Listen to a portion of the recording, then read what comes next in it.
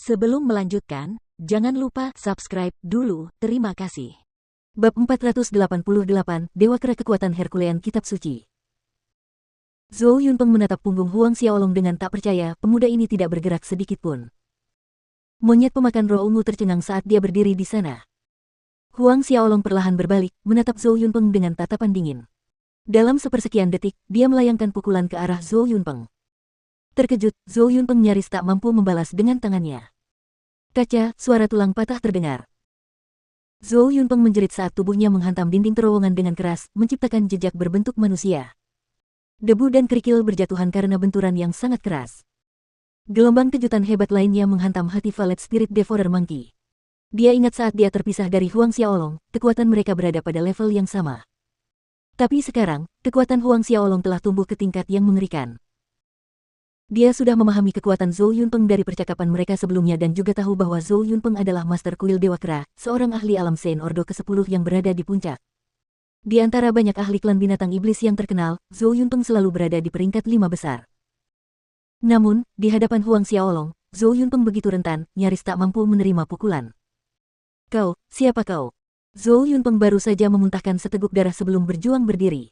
Setiap pori-pori di tubuhnya menjerit waspada dan berbahaya.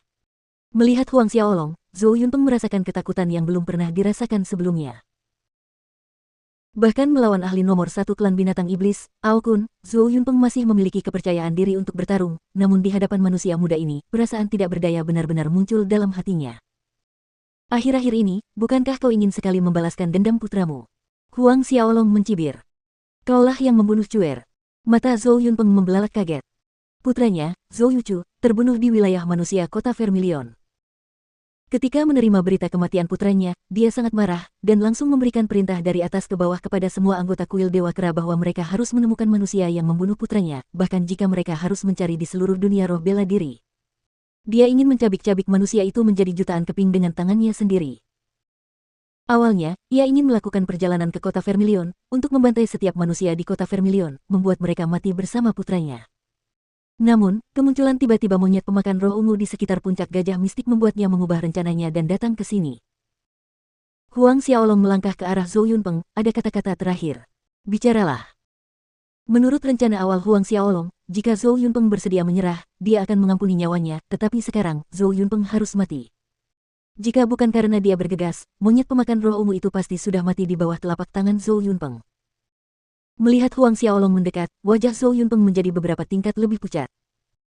Alih-alih menjawab Huang Xiaolong, ki iblis yang kuat meledak dari tubuh Zhou Yunpeng saat ia berubah menjadi seekor kera raksasa dengan mata merah tua dan lengan besar.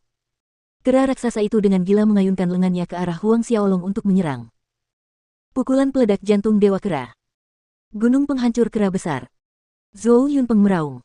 Ki iblis menyelimuti kedua lengannya, menembus ruang. Bahkan sebelum kekuatan tinjunya tiba, seluruh terowongan gunung mulai bergetar hebat seolah-olah akan runtuh kapan saja. Huang Xiaolong mencibir melihat aksi Zhou Yunpeng dan tidak menunjukkan niat untuk menghindar. Esensi sejati dalam dantiannya meraung, Huang Xiaolong melancarkan tinju Dewa Kera kekosongan besar, menghantam musuh. Dengan ledakan yang mirip dengan gemuruh guntur, tubuh Zhou Yunpeng bergetar. Sama seperti serangan sebelumnya, Zhou Yunpeng terlempar ke belakang, menghantam dinding terowongan, tertanam beberapa kaki di dalamnya. Kera raksasa itu berdarah dari 7 lubangnya, lengannya yang kuat terkulai lemas karena tulang-tulangnya sudah hancur. Huang Xiaolong melangkah lebih dekat, tanpa menunggu Zhou Yunpeng bangkit untuk kedua kalinya. Ia mengarahkan pukulan lain ke dada Zhou Yunpeng, membenamkannya lebih dalam ke dinding. Dada Zhou Yunpeng telah runtuh akibat kekuatan tirani Huang Xiaolong, menghancurkan jantungnya menjadi potongan-potongan daging yang tidak dapat dikenali. Vitalitas Zhou Yunpeng mulai memudar. "Kau, siapa kau sebenarnya?" Pertanyaan itu keluar dengan napas tersengal-sengal, tetapi dia bersikeras untuk mengetahuinya. Dia tidak dapat mengetahui manusia muda mana yang memiliki kekuatan yang mengerikan seperti itu. Huang Xiaolong. Huang Xiaolong mengucapkan namanya dengan suara dingin. Saat itu, dia mengangkat jarinya. Jari jiwa mutlak menembus kepala Zhou Yunpeng melalui bagian tengah dahinya. Mata Zhou Yunpeng menonjol keluar dari rongganya, menatap siluet pemuda di depannya. Huang Xiaolong tetap tenang. Dengan lambaian tangannya, mayat Zhou Yunpeng dipindahkan ke pagoda harta karun Linglong. Monyet pemakan roh ungu masih dalam keadaan terkejut, terpaku di tempat yang sama. Kejadian-kejadian yang terjadi belum terekam dalam benaknya. "Anak kecil, bagaimana lukamu? Tidak ada yang serius kan?" Huang Xiaolong mendekatinya, suaranya dipenuhi dengan kekhawatiran. Monyet pemakan roh ungu kembali sadar. Master Kuil Dewa Kera telah dibunuh oleh Huang Xiaolong. Kakak, aku baik-baik saja. Dia menggelengkan kepalanya, perasaan hangat menyebar di hatinya. Meskipun terluka parah oleh Zhou Yunpeng, dia yakin bahwa lukanya akan pulih sepenuhnya dalam waktu 2 bulan. Sebenarnya, dia masih dalam keadaan syok dan tidak bisa tenang. Dia memiliki garis keturunan pemakan roh yang berkontribusi pada kecepatan kultivasinya yang menantang surga, tetapi meskipun begitu, dia hanyalah seorang ahli alam Saint Orde kelima. Dia benar-benar tidak dapat memahami bagaimana Huang Xiaolong berlatih sehingga meninggalkannya begitu jauh di belakang. Huang Xiaolong mengeluarkan bunga teratai salju 9 warna, dan berkata, ini adalah teratai salju 9 warna, ramuan penyembuh. Telan ini dan mulailah menyembuhkan. Teratai salju 9 warna.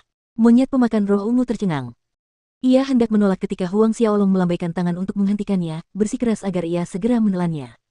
Sekali lagi, hatinya dipenuhi kehangatan. Pada akhirnya, ia mengangguk dan menelan ramuan itu. Beberapa jam kemudian, luka-luka monyet pemakan roh ungu pulih sepenuhnya. Setelah si kecil pulih, Huang Xiaolong duduk di sampingnya, bertanya kepadanya tentang pengalamannya dalam 20 tahun terakhir. Tahun itu, setelah terpisah dari keluarga Huang dalam perjalanan mereka menuju Kekaisaran Duanren, ia menuju utara, tiba di hutan binatang iblis. Ia berkultivasi di hutan binatang iblis hingga ia berhasil menembus alam Saint, dan harus pergi karena ia menyinggung binatang iblis alam Saint tingkat tinggi di hutan. Meninggalkan hutan binatang iblis, si kecil itu pergi ke negeri Betlam. Saat berada di sana, ia pernah membunuh seorang murid kota dosa, dan akhirnya ia tiba di benua 10 arah. Beberapa hari yang lalu, saat melewati daerah puncak gajah mistik, dia teringat peta harta karun yang pernah didapatkan Huang Xiaolong dulu. Penasaran, dia mulai mencari-cari terowongan tanpa angin untuk melihat apakah dia bisa menemukan harta karun itu. Ketika akhirnya dia menemukan terowongan tanpa angin, dia bertemu dengan Zhou Yunpeng. Jika bukan karena kedatangan Huang Xiaolong di saat kritis itu, akhir ceritanya akan berbeda. Meskipun si kecil menceritakan pengalamannya dengan sederhana, Huang Xiaolong dapat membayangkan kehidupan keras yang telah dijalaninya selama 20 tahun terakhir. Jika bukan karena dia tidak punya pilihan, dia tidak akan meninggalkan hutan binatang iblis.